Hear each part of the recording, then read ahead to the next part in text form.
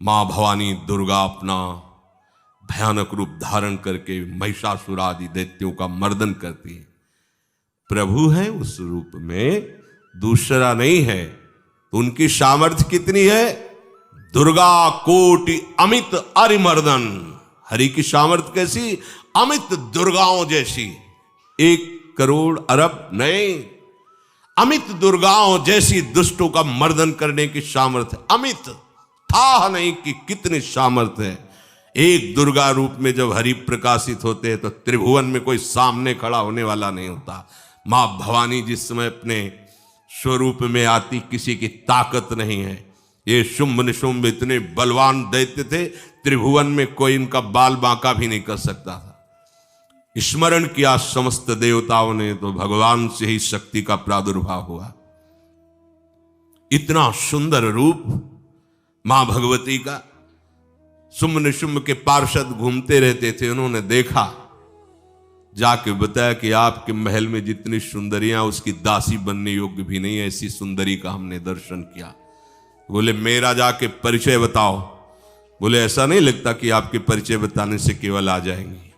तो उनका अगर ऐसा नहीं तो केश कर्षण निर्धूता गौरवा मां गरिष्यति, उसके गौरव को धूल में मिलाते हुए बाल पकड़कर घसीट कर हमारे पास लाओ।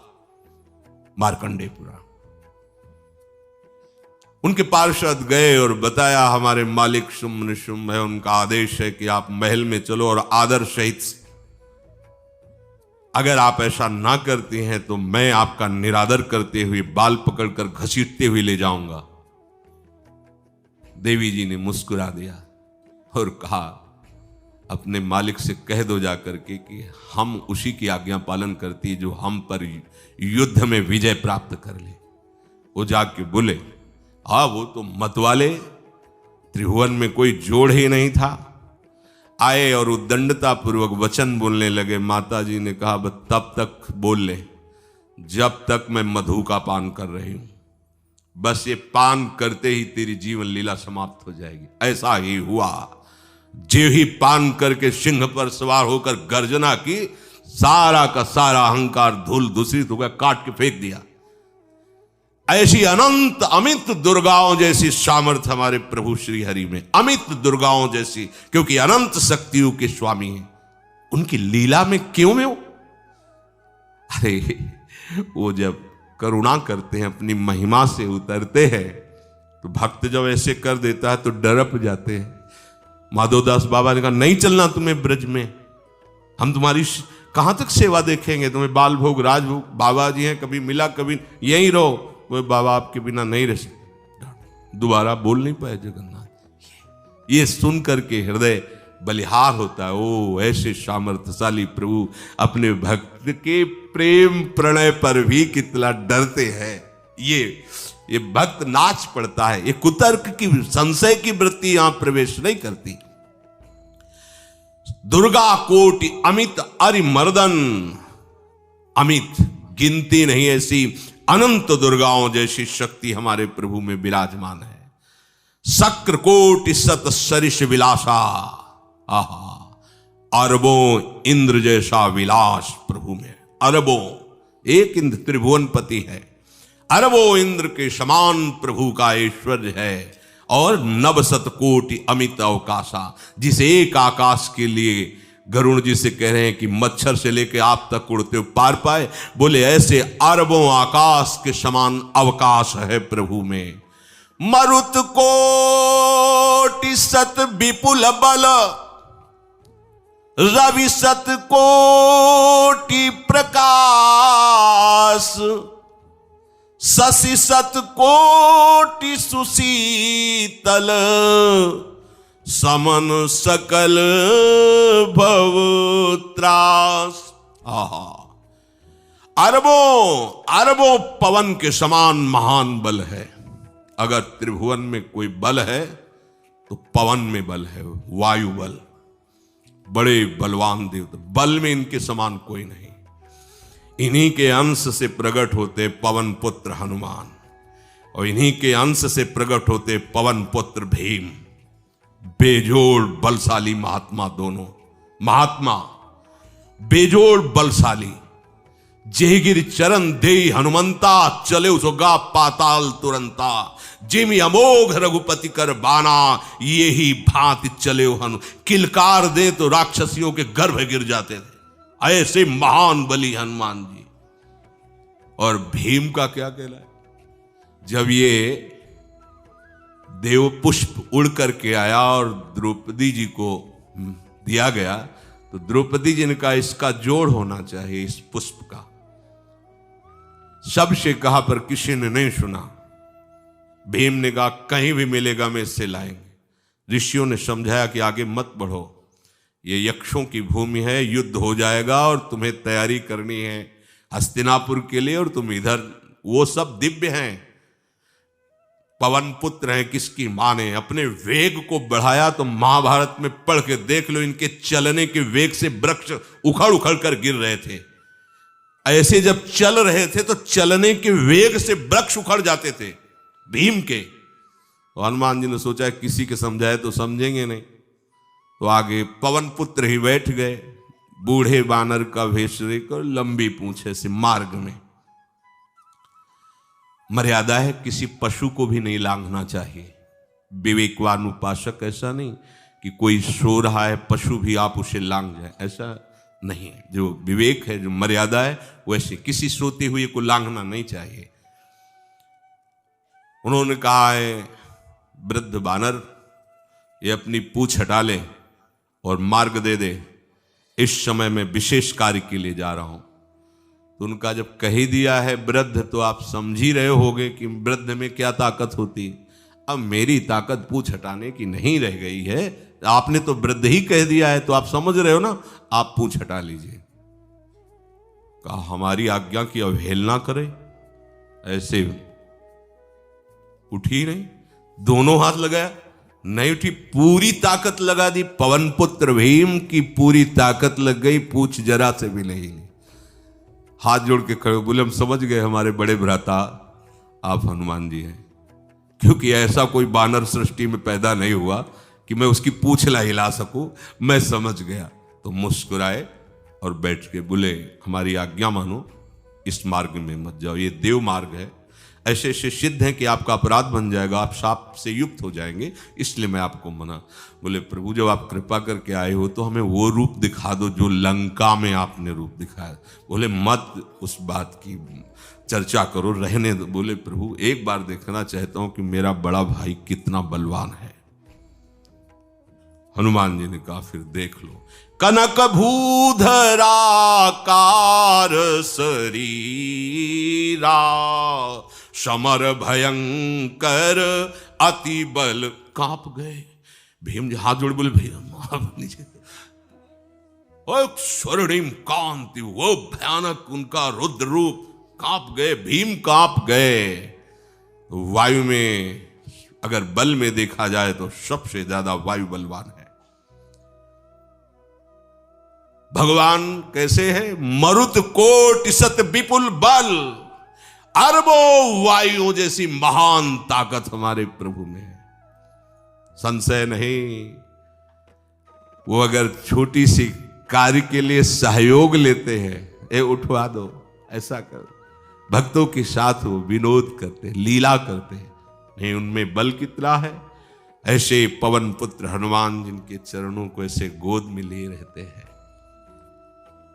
एक उपनिषद में चरित्र आता है कि असुरों पर विजय प्राप्त करने के कारण देवताओं को गर्व हो गया और सभा में नृत्य गान चल रहा था। भगवान जब किसी पे गर्व करते हुए देखते हैं तो उनको अच्छा नहीं लगता। फिर सृष्टि के विधान के प्रधान अधिकारी जब देवतागण और देवराज इंद्र और उन्मत्तता, विजयश्री में उन्मत्तता आ जाती है, तो भगवान ने एक यक्ष का रूप धारण किया और सभा के प्रधान द्वार पर दिखाई दिए। देवराज इंद्र ने कहा कि पता लगाओ ये कौन है, बिना आज्ञा के, बिना सूचना के कैसे आ गया ये, क्योंकि त्रिभुवनपति है ना।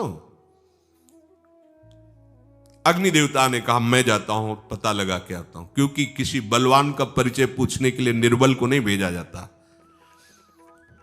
अग्निदेव गए और कहा आप अपना परिचय दीजिए, कौन हो और यहां कैसे आए हो। तो उनका परिचय लेने के पहले हम आपका परिचय जानना चाहते हैं, आप कौन हो। उन्होंने कहा कि मैं अग्निदेव हूं। सामर्थ्य आपकी, त्रिभुवन को उपले की तरह भस्म कर सकता हूं। मैं समस्त प्राणियों के उदर में बैठकर अन्न और जल का पचाकर जीवन दान देता हूं, जीवन पोषण करता हूं। अच्छा, एक तिनका फेंका, हम तुम्हारी बात तभी प्रमाणित, ये उपनिषद की बात, हम तुम्हारी बात तभी प्रमाणित मानेंगे जब तुम इस तिनके को जला दोगे। अब कोई अग्नि देवता से तिनका जलाने की बात कहे, सहज में दृष्टि डाली, कुछ नहीं हुआ, पूरा पावर लगा दिया। यक्ष जी ने मुस्कुरा कर कहा, तुम तो कहते थे पूरे त्रिभुवन को उपले की तरह जला दूंगा, अब गिरिवा झुकाई पहुंचे। देवराज इंद्र ने कहा कौन है? बोले असमर्थ रहा उनका परिचय जानने में, वायु देवता।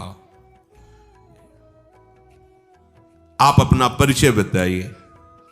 आप अपना परिचय जो आए हो तो हमें पहले बताओ, तब हम अपना परिचय दें।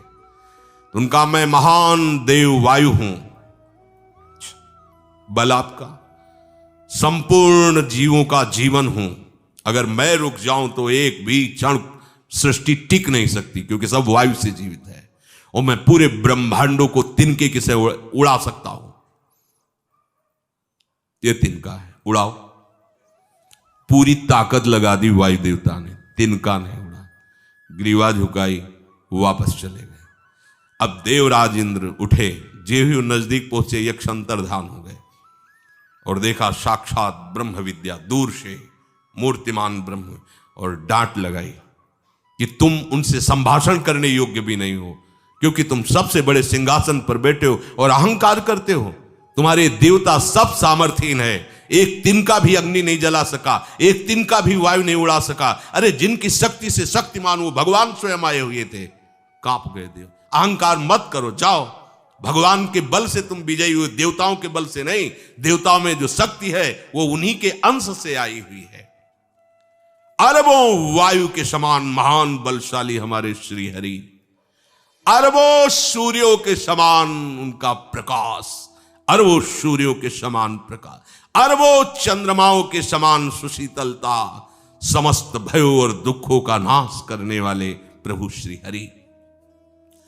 काल कोटि सत सरिस अति, दुस्तर दुर्ग दुरंत, धूम के तु सत कोटि सम, दुराधरस भगवंत।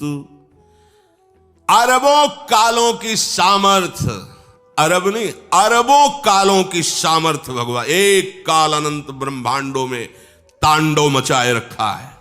अरबों काल, अमित बलशाली, अत्यंत दुस्तर, दुर्गम, दुरांत, कौन? प्रभु श्री हरि।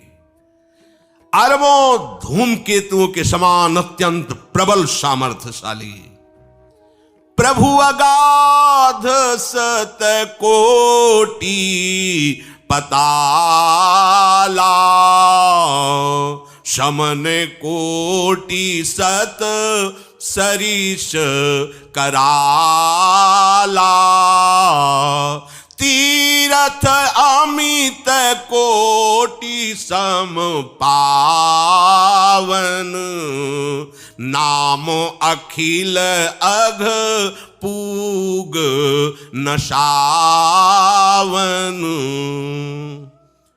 कितने अथाह हैं प्रभु? बोले अरबों पाताल से भी बढ़कर, अरबों पाताल से भी बढ़कर गहरे हैं, कोई था नहीं पा सकता।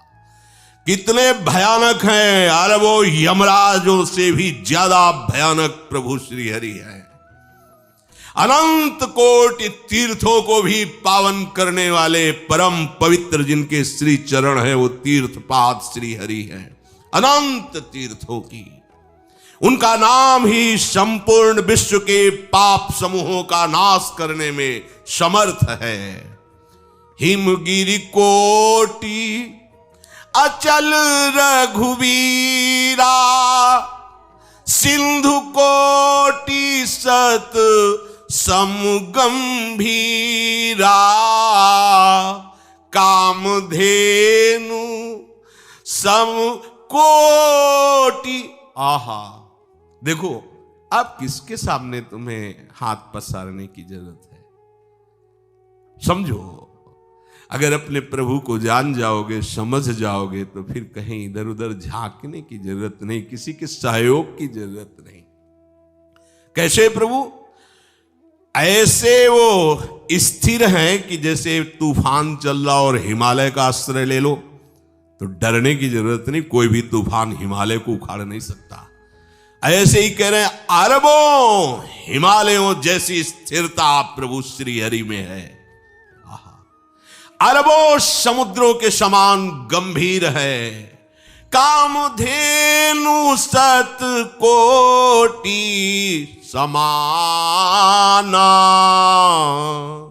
सकल काम दायक भगवाना, सारद कोटि अमित चतुराई, विधि सत कोटि सृष्टि निपुनाई,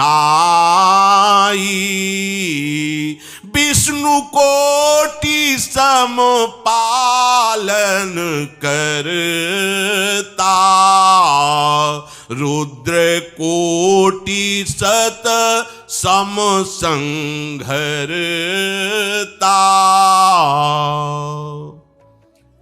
अरबों कामधेनुओं के समान प्रभु श्री हरि हैं। एक कामधेनु मिल जाए तो निहाल हो जाए। है हमारे श्री हरि कैसे? अरबों कामधेनुओं के समान है। इच्छित कामनाओं की पूर्ति कर दे उसे कामधेनु कहते हैं। प्रभु में कितनी चतुरता है! अनंत कोटि सरस्वतियों की एक सरस्वती ब्रह्मांडों का संचालन करती है, बुद्धि के अधिष्ठात्र देवी हैं। और यहां क्या, हमारे श्री हरि अनंत कोटि सरस्वतियों की चतुराई समाई हुई है। अरबों ब्रह्माओं के समान सृष्टि रचने में समर्थ। एक ब्रह्मा प्रकट कर दिया, ये वैभव प्रकट हो गया। अरबों ब्रह्माओं जैसी सामर्थ सृष्टि रचना की प्रभु में है। आहा! और अरबों विष्णुओं के समान पालन करने की सामर्थ प्रभु में है। अरबों शंकर के समान संहार करने की सामर्थ्य प्रभु में है। धनद कोटि सत सम धन वाना, माया कोटि प्रपंच निधाना, भार धरन सत कोटि अहिसा, निरवधि निरूपम प्रभु जगदीसा। अरबों कुबेरों के समान धनवान है। अरबों मायाओं के समान सृष्टि करने में सामर्थ्यशाली है। अरबों शेष भगवान के समान अनंत भार उठाने में समर्थ है। जगदीश्वर प्रभु श्री हरि की कोई उपमा, कोई सीमा नहीं है। ये उपमा रहित और सीमा रहित है। निरुपम न उपमा आन राम समान, राम निगम कहे, जिम कोटि सत खद्योत समु, रवि कहत अति लघुताल है। यही भांति निज निज मति विलास, मुनीस हरि बखा नहीं। प्रभु भाव गाहक अति कृपालु, सप्रेम सुनि सुख मानहि। प्रभु भाव गाहक अति कृपालु, सप्रेम सुनी सुख मानहि। प्रभु श्री हरि उपमा रहित हैं, उनकी कोई अनंत ब्रह्मांडों में किसी से उपमा नहीं दी जा सकती। प्रभु के समान केवल प्रभु हैं, ऐसा वेद कहते हैं। अरबों जुगुनियों के समान यदि सूर्य को कहा जाए तो सूर्य का अपमान होता है, सम्मान नहीं। ऐसे ही जो अभी तक वर्णन किया गया उसको समझो। अरबों जुगनुओं के समान यदि सूर्य को कहा जाए तो सूर्य की प्रशंसा नहीं, एक तरह से अवहेलना है।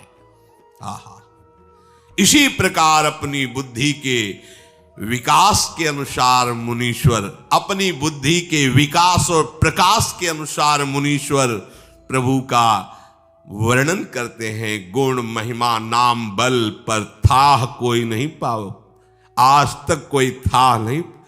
ऐसे प्रभु की लीला में कोई कुतर्क, कोई संशय, अब वो क्या बुद्धि है उसका खुद विचार करे।